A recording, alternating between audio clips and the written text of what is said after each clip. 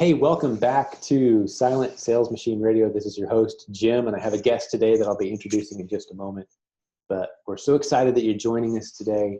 We know it's very valuable time spent to invest in learning and educating and growing your business, and we hope that you're top of mind around here when it comes to time spent wisely on those subjects.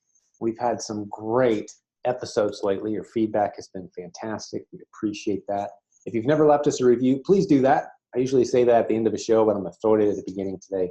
Man, those reviews mean a lot to the team and I, whatever platform you're listening on today or watching, because this episode is on YouTube as well. If you didn't know that, you can go to silentjim.com/podcast and get a link to the YouTube, a link to any of the references we're going to make today, any of the tools or services or websites. It's all there. Silentjim.com is all you have to remember. And today I'm going to introduce you to a gentleman who's in our community, and he's been working a long time trying to build something, and finally things started to work. It started to fall into place, and he's excited about it, and he's got an encouraging story that I think many of you are going to enjoy. I'm going to bring him on screen here for those of you who are watching. Those of you who are listening, it's not going to really make a difference here, but hold on just a second. There we go. Hey, Paul, how are you? Hi, Jim. Doing great. It's great to see you. Thanks for hanging out with us. It's really, you're very welcome. It's really an honor. I can't think of anybody in the online business space that I would want to be on the phone with more than you. So definitely an honor for me. Appreciate that. Yeah, and Paul and I had a good chance to hang out a little bit. Just so I didn't give them your last name yet. Paul Ladendorf is our guest today, and if you can see his name on the screen again if you're watching on YouTube. For those who aren't, Paul is a member in our community, our Facebook group. He's taken some of our courses, and he's basically been down this path for a while now. And we're just excited to have him tell his story and pick up on some good lessons. And I think the theme, based on a conversation that Paul and I had kind of before we got going here, we talked for just a couple minutes, it's going to be stick with it. Opportunities out there, but it's not necessarily going to fall in your lap week number one. It's going to take a little bit of time. It's going to take some discipline. Keep showing up is what Paul said. I'm sure he'll expand on that a little bit for us as we get into it. But Paul, tell us a little bit of your story, and then we'll talk about what you're selling and the journey it took for you to get there, some of the mistakes you made, and some of the, maybe you almost quit at some point. You know, I mean, it was a bit of a long journey for you, but you stuck with it, and now things are going pretty well for you. So let's talk about your story, man. Well, so it was back in the late 90s. I was working for a big publishing company in Chicago, and it was the gravy train, man. I mean, it's getting paid well and sitting behind a computer all day talking to people. And but there was just this sense of, you know, the 9-to-5 grind, 5 days a week, and sometimes weekends, and you really had to play the political and corporate games. And that really was wearing thin on me. And I said, you know, I really can't see myself doing this for too much longer. And so, and the more that I thought about it, I thought I really would prefer not even to have a job and be my own boss. And so that was kind of, those were the seeds, I guess, that were planted. And politics started getting bad, and I walked into my boss's office and said I was done, which was kind of a risk. I mean, didn't have a family and a lot of bills or anything like that, but it was a gravy train job, you know, great money and all of that. And it was like, poof, that's gone. So now what are you going to do? Right. Had no real business experience. Was that a spur of the moment thing, walking into your boss's office? It was like today, you just kind of decided, or did you have it on the, do you have a circled calendar date on the calendar, or did you just like, you know what, I didn't. No, I'm done? Yeah, I will say that it happened pretty quickly, but I didn't just say, that's it, I'm done today. It was kind of building up, but I would say within maybe a month or so, I, made that decision. Yeah, from the time you got serious. You know what surprises me is those studies you see. It's typically somewhere between 70 to 80% of Americans are in a job that they don't like. They find themselves thinking, this is not what I was made for. Yeah. And man, life's just too short to endure in that. I'm Exactly. not telling anybody to go quit tomorrow. I mean, especially if you're married, stick with whatever plan your spouse is comfortable with, but, use some of those connections and relationships. You don't want to storm out of the place and restart your life. You want to leave and do it the right way if at all possible. But I am saying, man, life's too short to just keep going to something that you just dread every day. That's such a great point right there. Yeah. Yeah. Because I'm 51 and it's amazing how fast it goes by. And pretty soon you're going to wake up one day and you're going to maybe you won't be in great health, and maybe you won't have the options or the resources to do something like this. So I would encourage people that want to, don't wait, or obviously you want to be smart about it, but don't wait too long. I mean, get moving. Well, you see those studies, Paul, like they ask, and I don't have it in front of me, I'm just going from memory, it's easily looked up. They ask people in their twilight years, talk to us about life. What would you have done differently? What are some of those things you regret? What are some of those things you're proud of? Inevitably, you talk about regrets. It's not so much the stuff they did, for the most part. The vast majority of it's the stuff they just never tried that they think they probably could have had a good shot at. And man, I feel like we're playing right in the middle of that arena with what we've got going on around here. Because again, people hear me say it all the time on this podcast. I say it all the time, but never in the history of the world have you had the opportunity to launch an international business. The risks are low, the costs are low. You can experiment like crazy for a few dollars a week until you hit something that takes off. Like, why isn't everybody doing this? I don't understand, especially when you look at the risk of possibly the years passing and you haven't built anything significant that you can be proud of. And so many people are, this is a statistic that I saw just last week. I think it was 70% of Americans, again, paycheck to paycheck. Isn't that interesting that I bet a lot of those people are in this, both groups. They don't like the job they have. And that overlapping circle of they're one paycheck away from disaster. But it's a lot of the same people in both those circles. I bet they overlap significantly. And we're saying, hey, escape both those circles. Build something you're excited about, something you love doing, you can be passionate about, you can own, and the customers are yours. So that's beautiful. Well, I appreciate hearing that part of your journey. I didn't mean to interrupt you that much, but it just, anytime I hear someone kind of a job they didn't like, man, that's where my mind goes. Yeah. Well, and I think you made a great point that the percentage of people, 80%, up to 80% of people are unhappy with their job or their vocation. That's incredible. And so you brought up some really important points that I think people need to think about. And so I quit my job and had no clue what I was going to do. But I always kind of figured, well, I'll figure it out. And so I actually moved back in with my parents at 30, I think I was 31 or something like that. And that had to be at least a little humbling. I mean, I'm sure you all love each other. Oh, it was. Yeah, it was. It definitely was. It's never ideal. It's good to have parents that will let you do that, but at the same time. Yeah. And of course I knew it would be very temporary, but so a couple weeks later, a friend called me up and said, hey, I'm opening a health food store and I need some help. So I wasn't doing anything. It's all right. So, and I was really interested in health and nutrition at that point. It was an important part of my journey, so to speak, was my own work in that area. And that's tied to the products you now sell, correct? Yes, it is. All this to give a little sneak peek of where we're heading with this. Yeah. And I love that because you didn't completely change directions and abandon all your old knowledge and connections and relationships when you got into internet business.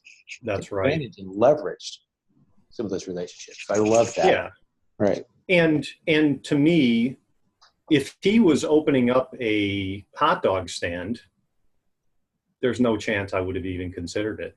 but because it was something I was interested in, something I was actually passionate about, I was like, hey, I got nothing else going on. Let's do it, you know? So fast forward 5, 6 years, he wanted out, and I bought the store for peanuts because he was just done.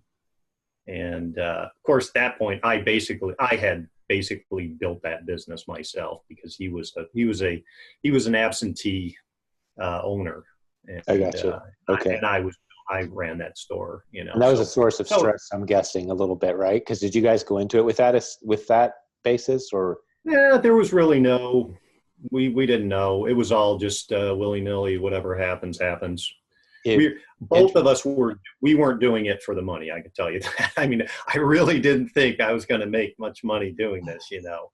Yeah. So we were both doing it because we wanted to help people. I mean, that was really, and of course, you know, we both had to keep the bills paid, but that was not the primary motivator. So anyway, so he wanted out bad, and I said, all right, I'll go ahead and do it. So,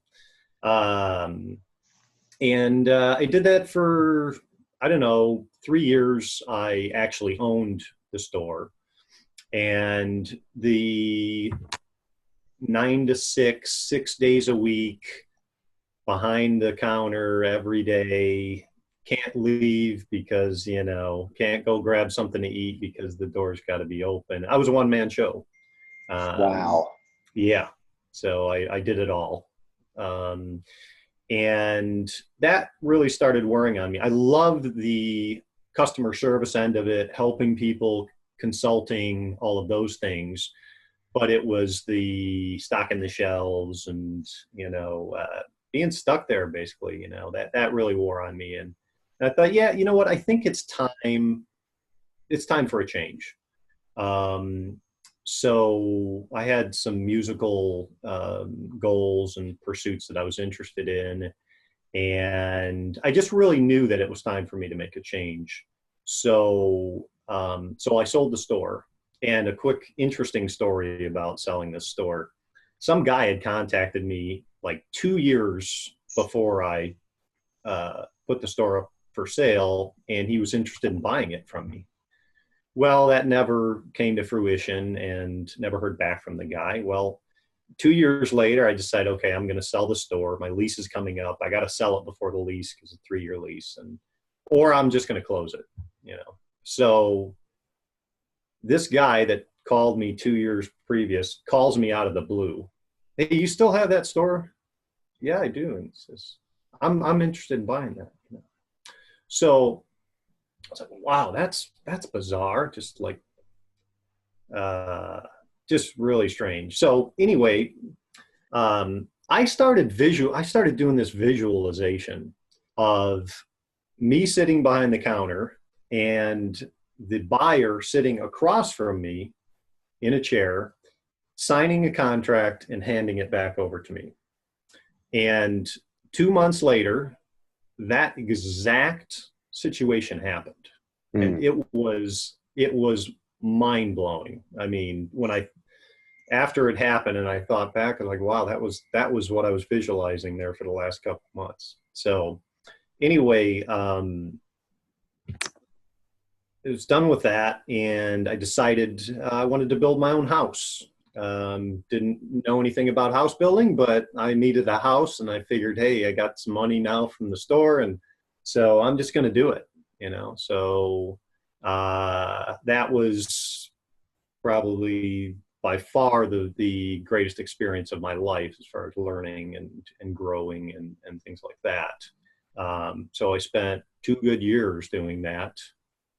And you were a contractor and laborer and like that. Yes, I did. Right? Yes, I did. I actually had some help from friends and family. Sure. And that was it. We did that. So. Interestingly, as a kid, I would have been, I don't know, 7, 8, 9 years old. And we built our own out in the middle of nowhere, 50 acres of land, and Dad was using help from friends and reading books, built it out. It's still out there. I like going out there, and it's out in the middle of nowhere in southern Indiana. Did you guys have a barn raising party kind of thing, or No, where you had all the neighbors and everybody came over? there And weren't any neighbors. It was more hippie than that. oh, yeah, 50 acres. Yeah, that sounds like it. It was, we had a guy living on our property at a teepee. And it's, I think I talk about it Really? a little bit. Those are the years. Wow. Yeah, well, those are the years before my parents were Christians. They were heavy partiers, and it was, Okay. it was a completely different universe from my childhood after I turned 10. But I do have memories of, carrying the cylinder blocks and watching Wow. the cement get poured and again Yeah. out in the middle of nowhere. So I know that process. I mean, building a Yeah. house is no joke. Now they do it in a few weeks with a team of, 50 people each kind of doing their own thing, Right. which is Right. way easier, more efficient. It is. It's way more efficient, but Right. there's something to be said Oh, no question. for putting in that effort and Every corner, every piece is like, you put that there, you apply right, that, exactly. the pride of ownership that goes into that. Yeah, I really looked at that whole process as kind of a rite of passage for me. Because I'll tell you what, I mean, I don't want to say I was a wimp back then, but put it this way, when I got done, I definitely wasn't a wimp. Yeah, but maybe a confidence booster after, having to it was go back and live with your parents at incredible. 30, and like, what, I'm gonna get out there and tackle something. I can do life. So kudos. Exactly. Man. I love it. Yeah, thank you. Appreciate that. And I mean, that translated into my business and everything that I did after that. So, the confidence that you took away, huh? Yeah. And so I would say, to anybody that just because something a project may not be directly related to your business, for example, if being a successful business person is your goal, don't discount that. Don't discount other projects, because all of your experiences are going to add up, and they're going to influence everything you do. So that was I think an important lesson that I got from that experience, because I didn't just learn carpentry. I learned persistence and problem solving and so many other really important business skills that if you don't have, patience. Relying on friendships, and a lot of lessons in there for sure. Very much so. Yeah. And so I've heard, just to make another point on that, just like pulling these little lessons out of people's stories, but something that popped in my head. I'm becoming more and more convinced all the time that I believe this is true. The way you do anything is the way you do everything.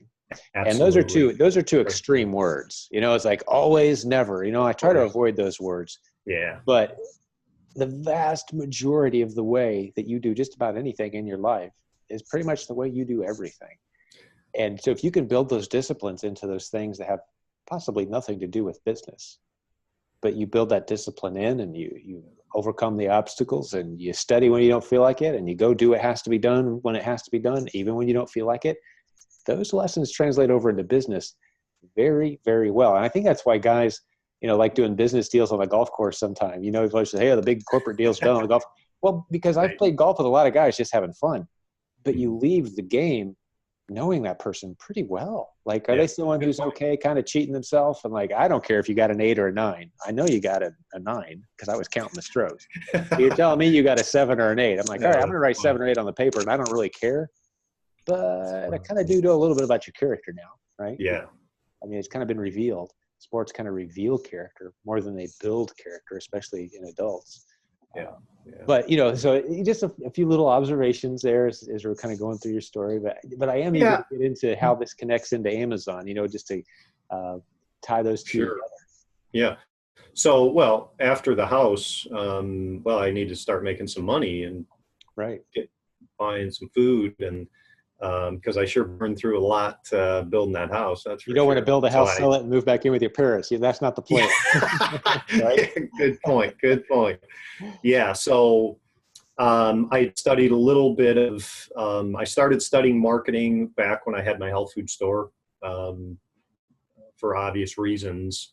but really never applied much of that knowledge. Well, here I am living way out in the middle of nowhere. Well, what am I going to do way out in the middle of nowhere? I'm not going to go try to get a job at the local gas station.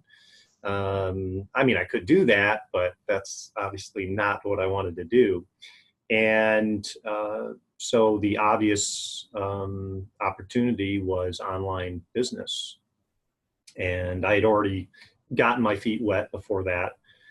So started getting into small business marketing, helping other small businesses, local businesses to market their products and services. And it's quite a learning curve there. I would say I spent a good 6 months hardcore learning marketing, which again, marketing is marketing, whether it's for some small business or if it's your own products and services. That's So, right. so I knew that information, that knowledge would be, and that experience would translate very well into any business that I went into. Yeah. So, Could I just emphasize a point that you sure. just made, because that's one of the three legs of the three-legged stool that we encourage people to build, multiple streams of income. One of the strongest streams you can build is what you just mentioned.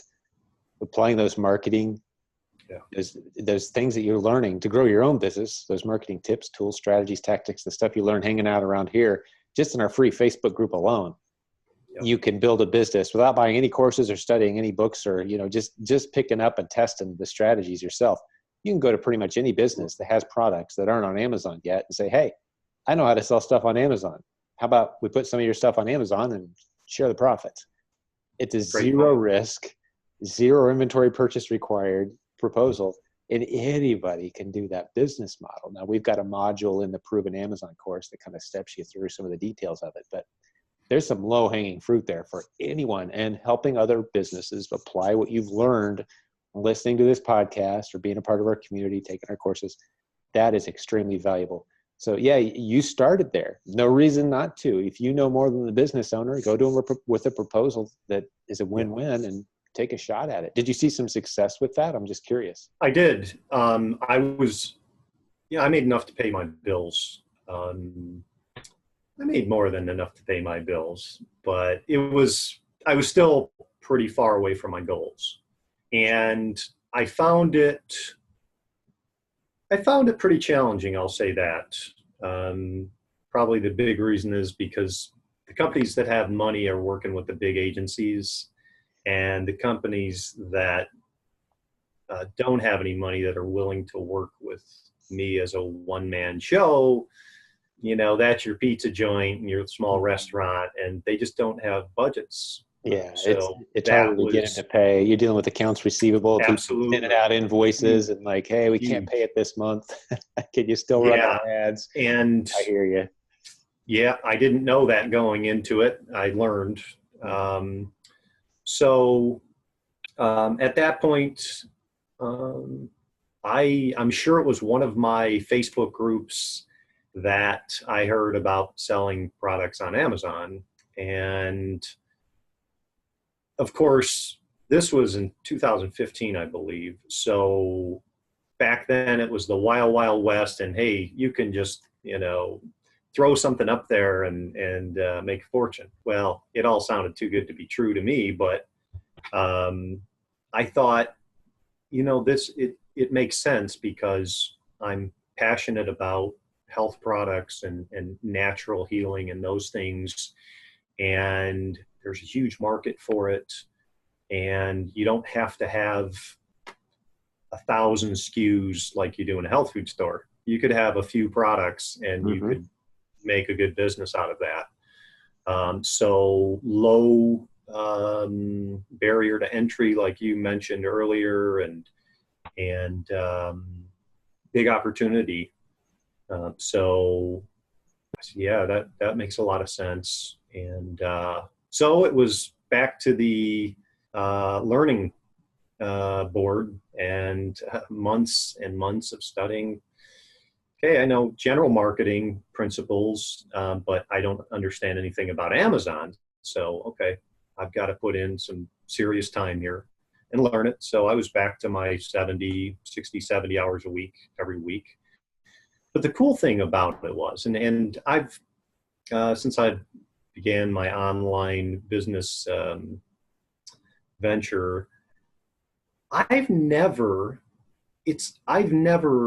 thought, oh, I got to go learn about this or that, and I'd rather be out, playing golf or doing something else. It's never been like that for me. I've always been excited to learn how to sell products on Amazon or how to help other small businesses or whatever. So I think that's a huge difference. Oh, dude, it's huge. It's absolutely massive. That's one of the frustrations for me, because I've always been the same way. A love of learning new things, not anything new. If you want to teach me the history of Brussels sprouts, I don't know a lot about it, but I'm not necessarily interested. It would be new information, but I don't know that I care. Yeah, right. But if it has to do with improving, faith, family, finances, fitness, friendships, the F that I'm so excited about. I'd never heard that. I didn't come up with the 5 F's or something. You'll hear sometimes it's 3 F's or 5 F's or, faith, family, friendship, finances. But if it has to do with those subjects, I can't get enough. Yeah, me too. I cannot get enough of it. And there's, coming from a biblical foundation, there's even, scriptures allude to, like, how blessed you'll be if you just love learning the truths that God has built into this universe. If you just have a passion for that, man, that's going to take you to great places in life, basically, right? So that curiosity, always digging in. That's why my wife and I, this is the point I was leading towards. We have this educational philosophy that, unlike a lot of our culture where they kind of treat it like you're filling a bucket. Like, okay, let's go fill this bucket with knowledge now. Okay, here's this empty brainless child that we need to fill with all kinds of knowledge, and now you're educated. Like, that's not how we view education. It's the lighting of a fire. It's the turning someone on to the idea of, wow, I've got so many things I could learn and explore. Which ones do I want to go learn and explore? And I can always go deeper and deeper and deeper in any of those directions. And we'll never arrive at like, oh, I'm educated on that subject. No, there's always more to learn. If you think you're educated, the journey hasn't even begun yet, mister. We're not impressed with degrees and like, oh, like, it's an accomplishment. We'll congratulate it, but it's the start of an educational journey to get a degree in a field of study. And I don't understand people like, yeah, I'm kind of done learning, kind of done being educated. I feel sorry for those folks, because there's so much great stuff out there to consume and to improve your life. And I'll read entire books for one or two little pieces of knowledge that, like, oh man, that's good. Right? Versus some people will read a book and they're like, I'd heard most of that before. Like, what about the parts you hadn't heard before? Was that good? Did it help you? So the love of learning. I think you made a great, the important point that you made there to me, or the important question was, what do I want to learn about? Not what do I have to learn about so that I can pay my bills, or so that I can make this person happy, or so that I can look cool, or any of those questions. What are you passionate about? Get a piece of paper. What are you passionate about? Exactly. Because at the end of the day, you only have so much willpower. And if you're not enjoying what you're doing, you're not passionate about it, it's all willpower, baby. And you better have built up a lot of willpower over the years, because you're going to be grinding it out. And then, 10 years later, you're probably going to stop and think back, and you're going to feel like maybe you went down the wrong path. And it would have been so much easier. Of just like conversational, bantering here. Let me just make not what may feel like an opposing point, but I think the two support each other very well, actually, as we kind of dive into it. But, one of the examples, because some people may have heard me say, and I actually had the honor of speaking at a high school graduation once, and I talked on this subject of, don't get too tied up in pursuing your passions, simply because those could be taking you to areas where you lack the talent and serious long-term, whatever it takes to succeed in that arena. Like, I'm passionate. Like, if you'd asked me as a 16-year-old, like, what's your ultimate, like, man, playing NBA, dude. And there are some 6'2" dudes in the NBA, but I'm not one of them, and I never had a shot, so that was my passion. But had someone told me only pursue stuff that you're super passionate about, I think it's more, as Mike Rowe says, take your passion with you. And I give the example of, instead of pursuing it, take it with you. I give the example of the dry cleaner that we have here in town. Shout out to Milto's Dry Cleaning. I can't imagine that the guy who owns and runs and started that grew up passionate about dry cleaning. But everybody I've met, including the guy that picks up my stuff off my porch and brings it back, they enjoy serving. And they know that they're doing it better than anyone else. And that reward that they get of serving others, that's what they're passionate about. Not getting stains out of collars. We're good at that.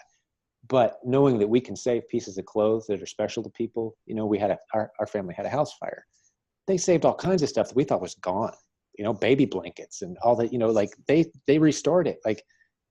It's not that they love getting stains out of blankets. They love the reaction of wives who get their 6-month-old baby blanket back from their 16-year-old kid that they never thought they'd lose, and they're going to pass it to their grandson someday. They're passionate about that. So if you can connect it to serving others well, you can get passionate about just about anything. That's anything. Yeah, that's putting a smile on a customer's face. It doesn't matter what your service is. You can find yourself getting all into that industry, even if it's getting stains out of clothing materials. So I didn't want to, really I just wanted to balance it out a little bit, because Daniel Leppin, he often says, hey, if you're encouraging young people to pursue their passions, we're basically telling them to go sit on a bank and fish, and that's what they're passionate about. Yeah. Well, where's that going to take them? I think a balance between passion and maybe giftedness.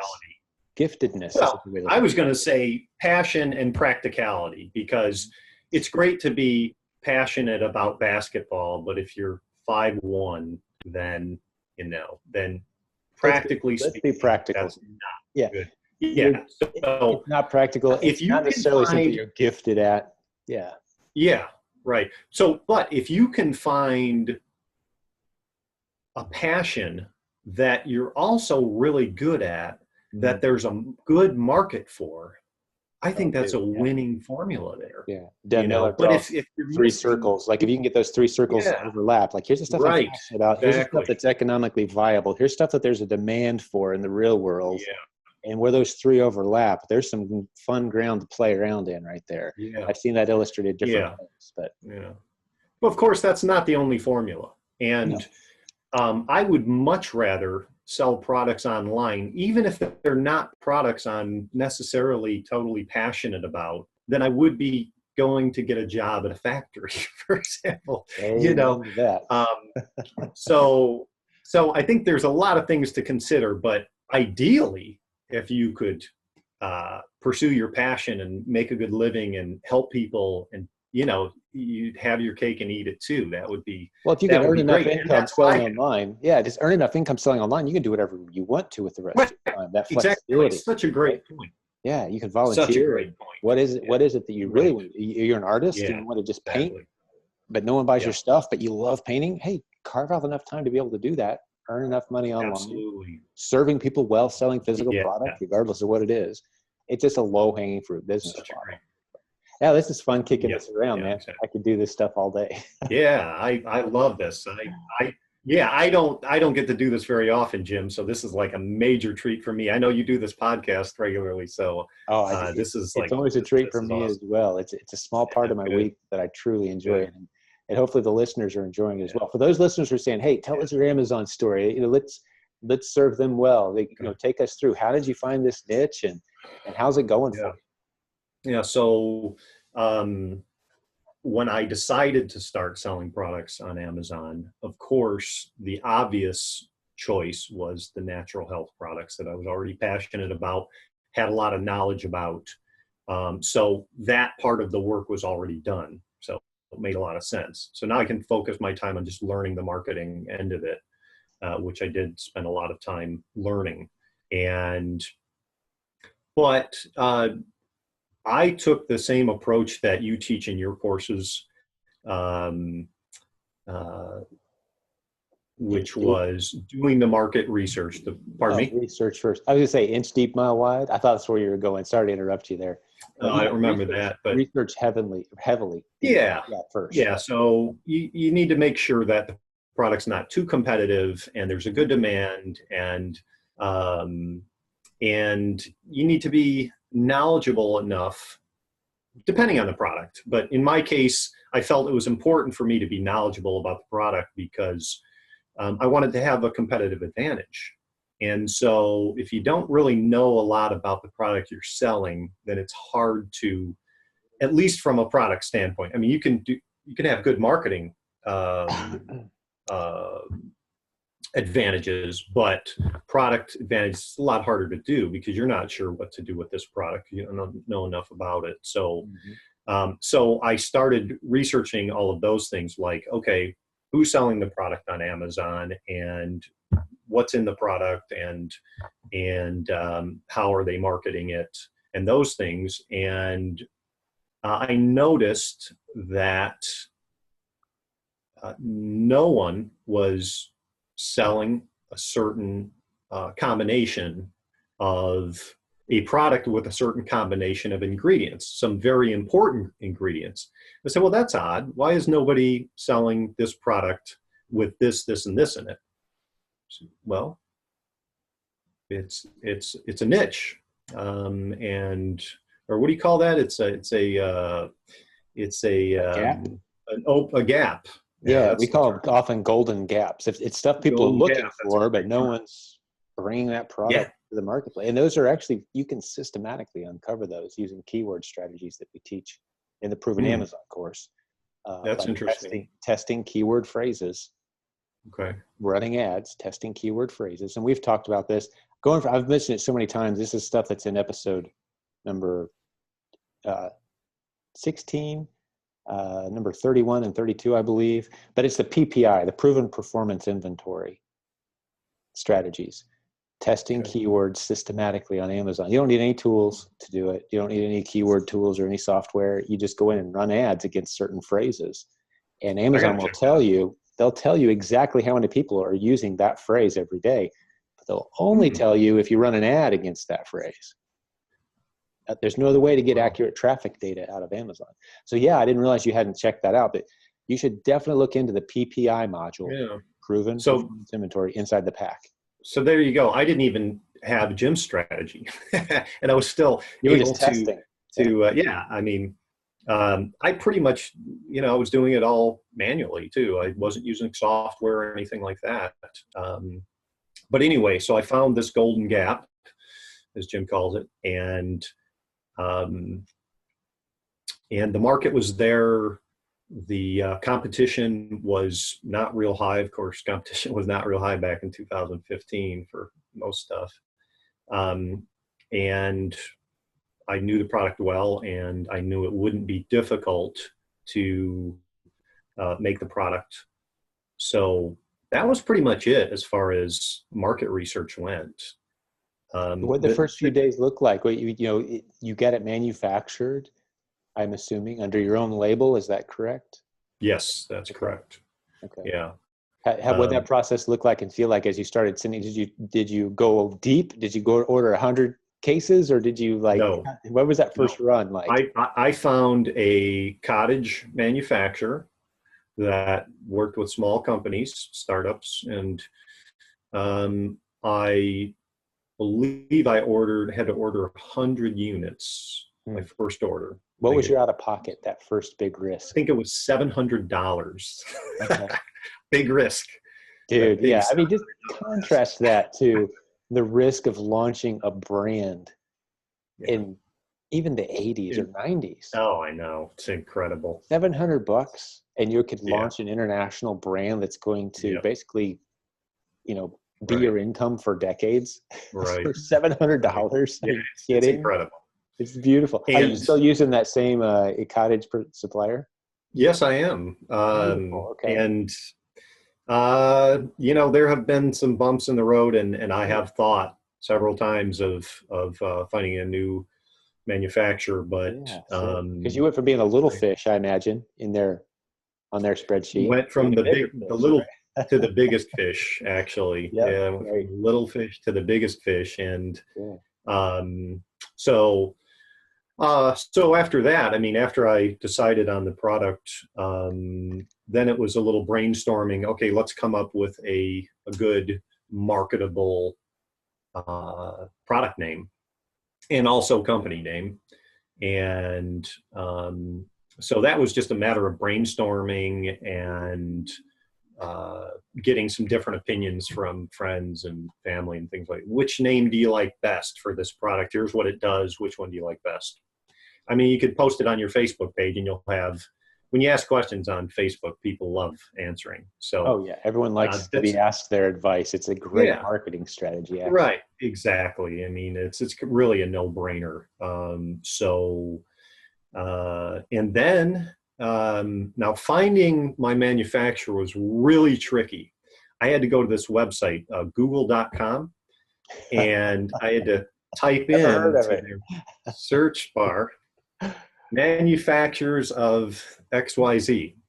And I had to literally scroll through like 3 pages to find this manufacturer. I don't know how you did it, man. It Soldier on, was brother. intense. It The was struggle's intense. real. It was intense, but I finally found them. And so the one thing I want to point out is,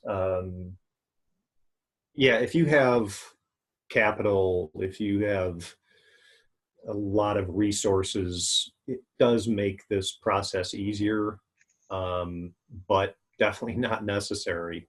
And I'm a perfect living proof of that.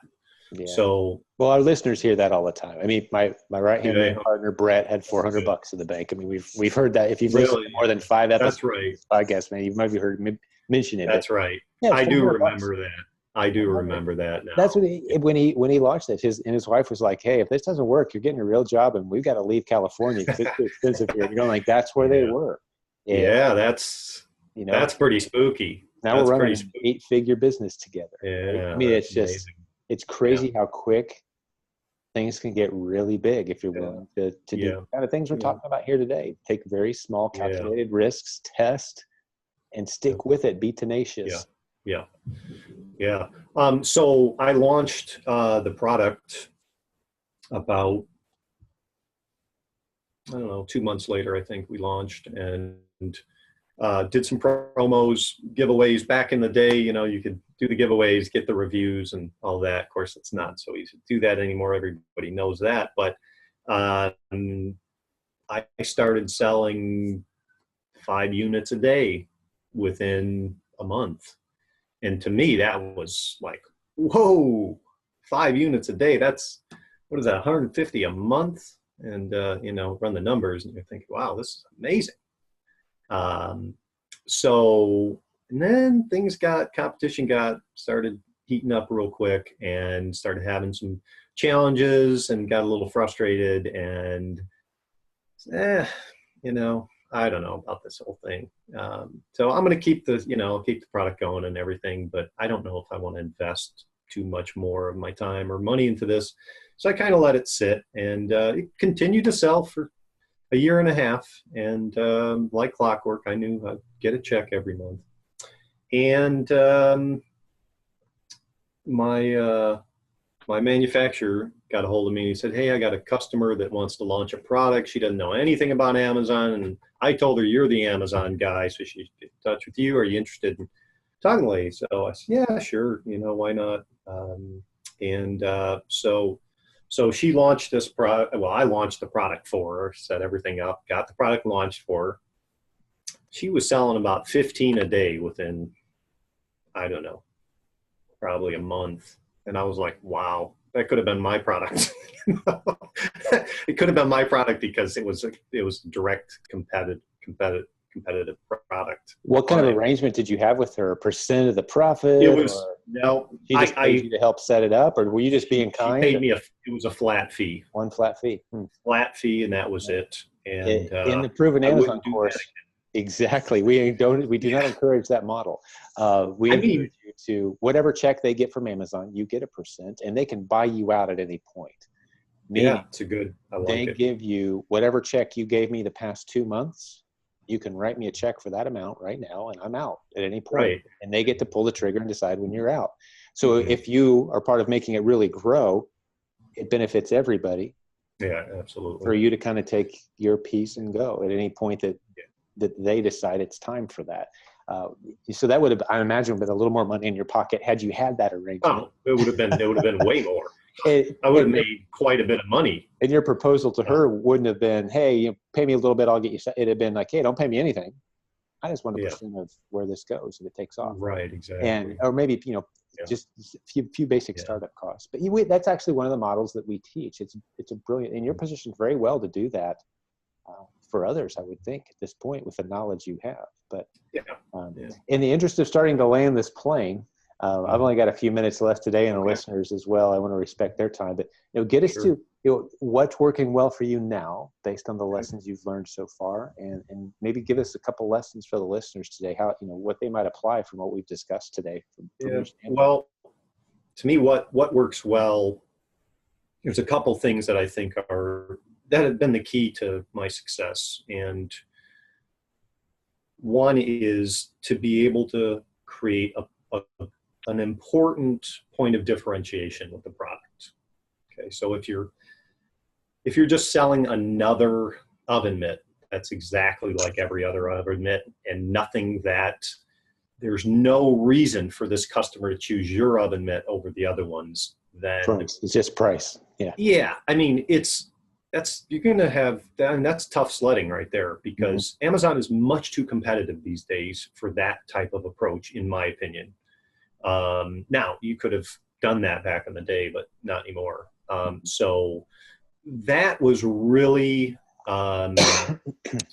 that, and finding a market that is, I mean, my market is exploding. Okay. And to be honest with you, I think finding the market was really the key to my success. That was it. Because there wasn't much competition and the market was exploding. Mm-hmm. Now, you didn't really tell us how your business is going right now. I don't want to overlook that. Yeah. That's an important piece of it. Yeah. How is it right now? Well, it's slowed down since Christmas, of course, but January has always been a bad year or a bad month in my retail experience. So that's not surprising. But I did over $750,000 in 2018, which is about 6 times what my goal was. That's $750,000 in sales. Sure. But luckily, I have really good margins. My margin's around 40%. So, yeah, and my market's getting very competitive now.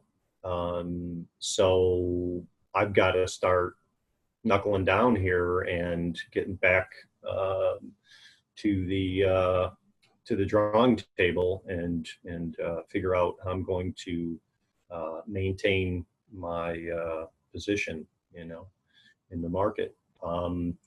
So let's see. What other lessons might you have? You were starting to share those, and I kind of interrupted you with, how's your business going right now? So I mean, I really, like, you'll hear this from a lot of very successful entrepreneurs and business people. Timing is everything. And I really believe that timing, in my case anyway, has been the most important factor. That I found the market at the right time. I got in at the right time. And of course, it doesn't mean I didn't do everything else, like have a really good product, differentiate the product, know how to market the product. So all of those pieces of the puzzle were important, but that big giant piece in the middle was the timing. So at this point, I think that any business opportunities, that would be the first thing I would look at, is the market and what is the trajectory of that market, and go on Google Trends and do a search for your your product's keywords and see what it looks like. That's really all I did. I just went on Google Trends and did a search, and I saw this, and I said, wow. And then I went on Amazon, and I saw not much competition there. So, you do your research before you dive in. Yeah, I mean, it's that simple. It's so easy to research. It really is. And we encourage people to test, even if you don't want to do all the research, just buy 5 or 10 if at all possible. Test that. Yeah. But I'm talking to people even recently. As much as the landscape has changed, even recently, I'm talking to people who their only strategy is to go find stuff that's not on Amazon yet, which is millions of products, and put them on Amazon with a decent listing and see what takes off. I mean, they're not doing any research. They're just throwing money at that strategy, and it's working ridiculously well. Sure. So you're going to run into competitors. You'll always have to be nimble and ideally find creative ways to grow your own customer base so you can contact them again. If you put your website on your product, little things you can do like that to hopefully grow your following so you can remarket to those folks off of Amazon. Amazon's not going to cooperate in that process, but there's people who are doing it successfully. We love selling our products on Amazon and off of Amazon around here. But yeah, that's been a great conversation, great lessons mixed into this. This is one of those episodes that kind of had a little bit of something for everybody, I think, today. And I really appreciate that. I hope so. And just to, reemphasize, one of the lessons you pointed out at the beginning, before we started recording was a lot of success is just showing up. Right. Address that for us for just a so as we wind up. I had launched several other products after my first one, and they really didn't do anything. As a matter of fact, the only sales I was getting was from ads, and it was pretty frustrating. But the good thing was I didn't have a lot invested because I have this cottage manufacturer that lets me do very small runs. So it was really low risk. So I didn't really mind it too much. It was my time to put the listing together and come up with, product names and labels and things like that. So, but I just kept keeping an eye on what was going on and staying on top of what's happening on Amazon and looking at different products and opportunities. And this, the product that's the bulk of my sales just showed up. And now, I was tempted to just drop the whole thing and move on to something else. And I didn't do that. So, I would also attribute much of the success that I've had to, again, just showing up and not giving up. And I really do believe, because I just wanted to make one point that I know a lot of very successful business people, and I do not, and I know people probably say this all the time and they cringe when you say this, but I am not a business type of person. I just have never had a real bent for business. What I did was I was willing to put the time in and keep at it. And, there are a lot of business people that I think everything they touch turns to gold. Well, no, that's not my story. My story is just keep plugging away, keep showing up. And, then eventually I've had. That's the vast majority of success stories I know. And I'll take somebody with that set of qualities and traits over someone with an MBA or a business degree or a great resume. I'll take what you're talking about any day as someone I'll do business with and try to grow. I agree. Because you can teach the other stuff. Yeah, you can. But there's the real life, sticking with it, recognizing the opportunity. That's such a big piece of it. You've got to understand the opportunity in contrast to any other time in human history. The last 15 years or so, there's no question now's the best time in the history of the world to be alive. Even a guy he doesn't have much of a bent for business can stumble his way into $750,000 product, 40% profit margin, kind of feeling like I don't necessarily know what I'm doing yet. I'm still figuring this out, but there's money in the bank. You know, no other time in human history were those kind of stories possible. So, man, I really appreciate your time and you sharing your. Oh, it was great. I love this. It's, you know, like I need to have my own podcast so I can sit around. I think everybody should. Everyone should have a podcast, a book, or a blog, or something. Like, get your content and your ideas out there. You never know who it's going to resonate. Yeah. I've done some videos. I have a YouTube channel and I've done lots of videos.